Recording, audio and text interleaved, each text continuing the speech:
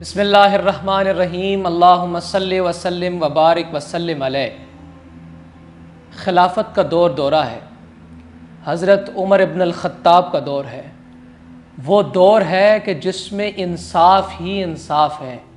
وہ دور ہے کہ جس میں وقت کے خلیفہ نے یہ اپنی رعایا کو کہہ رکھا ہے کہ اگر دریائے فرات کے کنارے ایک کتا بھی پیاس سے مر گیا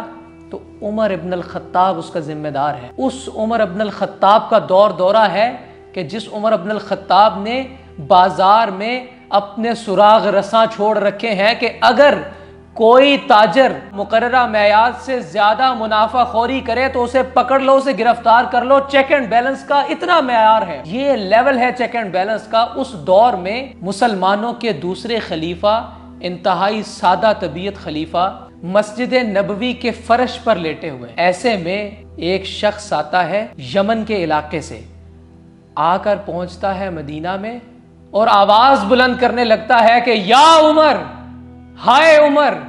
ہائے عمر۔ حضرت عمر ابن الخطاب پریشان ہو جاتے ہیں اور باہر آتے ہیں یہ دیکھنے کے لیے کہ کیا ہو گیا ہے اس شخص کو، یہ کیوں ہائے عمر کے نعرے بلند کر رہا ہے۔ اور یہاں پر وضاحت کی ہے کہ یہ والا ہائے عربی زبان کا ہائے ہے، اردو زبان کا ہائے نہیں ہے، یعنی کہ مخاطب کرنے کے لیے ہائے نہیں بلکہ افسوس۔ عربی زبان کے اندر ہائے کا معنی اردو زبان میں افسوس کا بنتا ہے، یعنی وہ یہ کہہ رہا ہے کہ ہائے افسوس عمر، ہائے افسوس کہ تمہاری خلافت میں یمن کا پورا علاقہ قحط سالی کا شکار ہے۔ وہاں کے چرند، وہاں کے پرند، وہاں کے حشرات الارض، وہاں کے انسان پانی کی ایک ایک بوند کو ترس رہے ہیں، خوراک کے ایک ایک نوالے کو ترس رہے ہیں، اور تم یہاں پر سیر ہو کر پانی پی رہے ہو، تم یہاں پر سیر ہو کر کھانے کھا رہے ہو، اور تمہاری رعایا میں آنے والا یمن کا پورا ملک پانی کی ایک ایک بوند کو ترس رہا ہے، خوراک کے ایک ایک نوالے کو ترس رہا ہے۔ حضرت عمر ابن الخطاب مدینہ منورہ کے صحن سے باہر نکلتے ہیں، اس شخص کے سامنے آ کر کھڑے ہو جاتے ہیں۔ اس شخص کو نہیں معلوم کہ یہ جو شخص میرے سامنے کھڑا ہے یہی شخص در حقیقت عمر ابن الخطاب ہے۔ وہ شخص لا علمی میں اونچی اونچی پکار رہا ہے کہ ہائے عمر، اے عمر ابن الخطاب، تمہاری رعایا ترس رہی ہے پانی کی ایک ایک بوند کو، خوراک کے ایک ایک نوالے کو، تم یہاں سیر ہو کر کھا بھی رہے ہو، پی بھی رہے ہو، آرام بھی کر رہے ہو۔ حضرت عمر ابن الخطاب پریشان ہو جاتے ہیں، غمزدہ ہو جاتے ہیں۔ وہ عمر ابن الخطاب کہ جس نے یہ بیان دیا تھا کہ دریائے فرات کے کنارے کوئی کتا بھی پیاسا مر جائے تو عمر ابن الخطاب سے بروز محشر اس کا بھی سوال ہوگا۔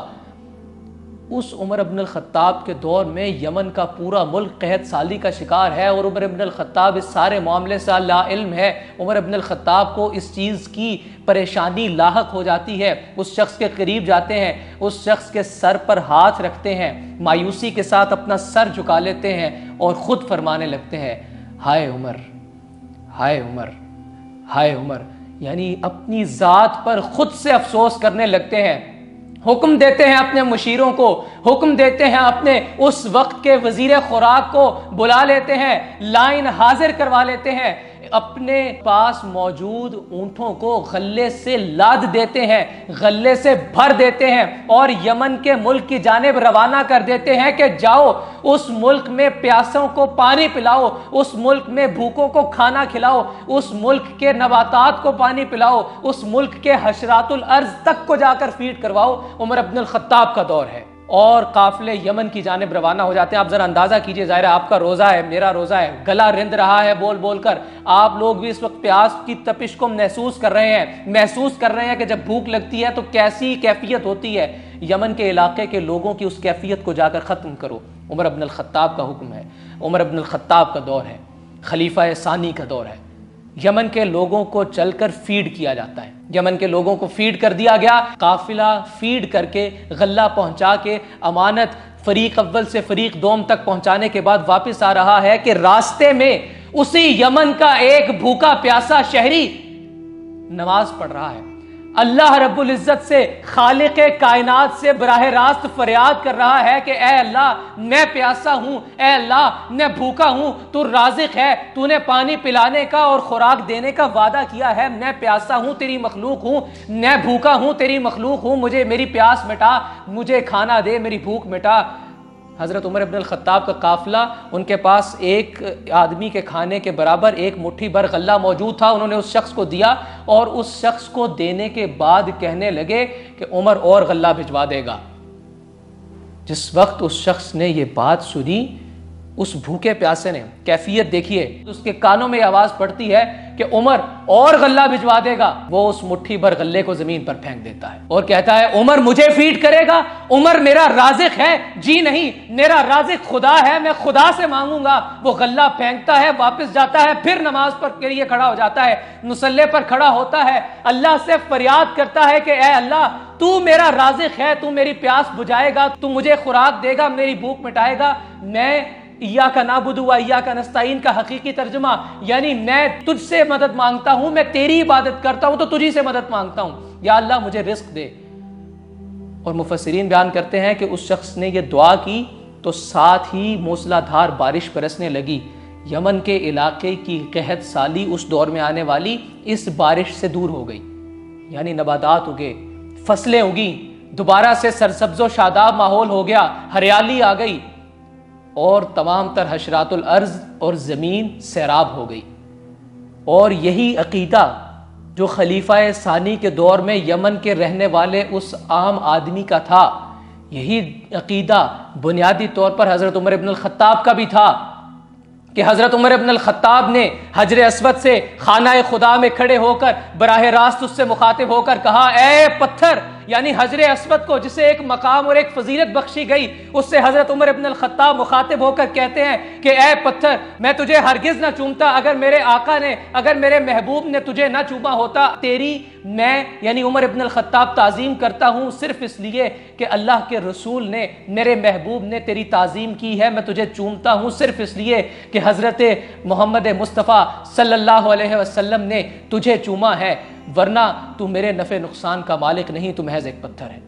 یہ وہی عقیدہ ہے جو حضرت عمر ابن الخطاب کا ہے، یہ وہی عقیدہ ہے جو یمن کے اس شہری کا ہے۔ قافلے واپس آ جاتے ہیں اور یوں یمن کی اس قحط سالی کا یہ واقعہ جسے امام ابن جوزی نے اپنی کتاب مناقب میں پیش کیا، لکھتے ہیں کہ اس طرح سے ہائے عمر کا یہ سلسلہ دبا، ختم ہوا،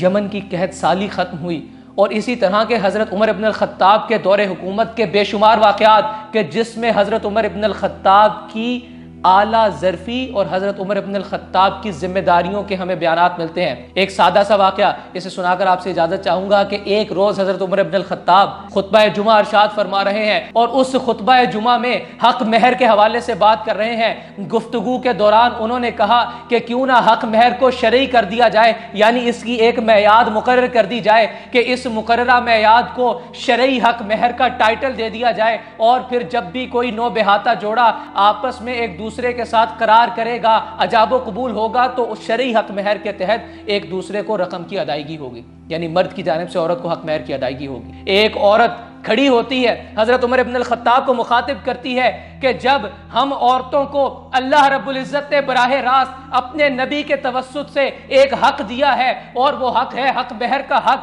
تو آپ عمر ابن الخطاب کون ہوتے ہو کہ ہم سے وہ ہمارا حق چھین لو؟ اعلیٰ ظرفی دیکھیے یا پھر وسعت نظری دیکھیے، وسعت قلبی کا اندازہ کیجئے کہ دین کی بات ہے، قرآن و حدیث کی بات ہے، تمام تر چیزوں سے انکار کر دیا، اس چیز کے بارے میں نہیں سوچا کہ وقت کا خلیفہ کھڑا ہے، رعایا سامنے بیٹھی ہے، ایک عام عورت کھڑی ہو گئی ہے اور وہ کہہ رہی ہے کہ آپ عمر ابن الخطاب کون ہوتے ہیں کہ ہم سے ہمارا حق چھینیں؟ انا کا مسئلہ نہیں بنایا، بلکہ فرمایا کہ خدا کی قسم جو عمر نے کہا وہ غلط تھا، جو عورت کہہ رہی ہے وہ ٹھیک ہے۔ اللہ کرے کہ ہمارے حکمران بھی اس لیول کے ہو جائے۔ اجازت دیجیے، اللہ حافظ۔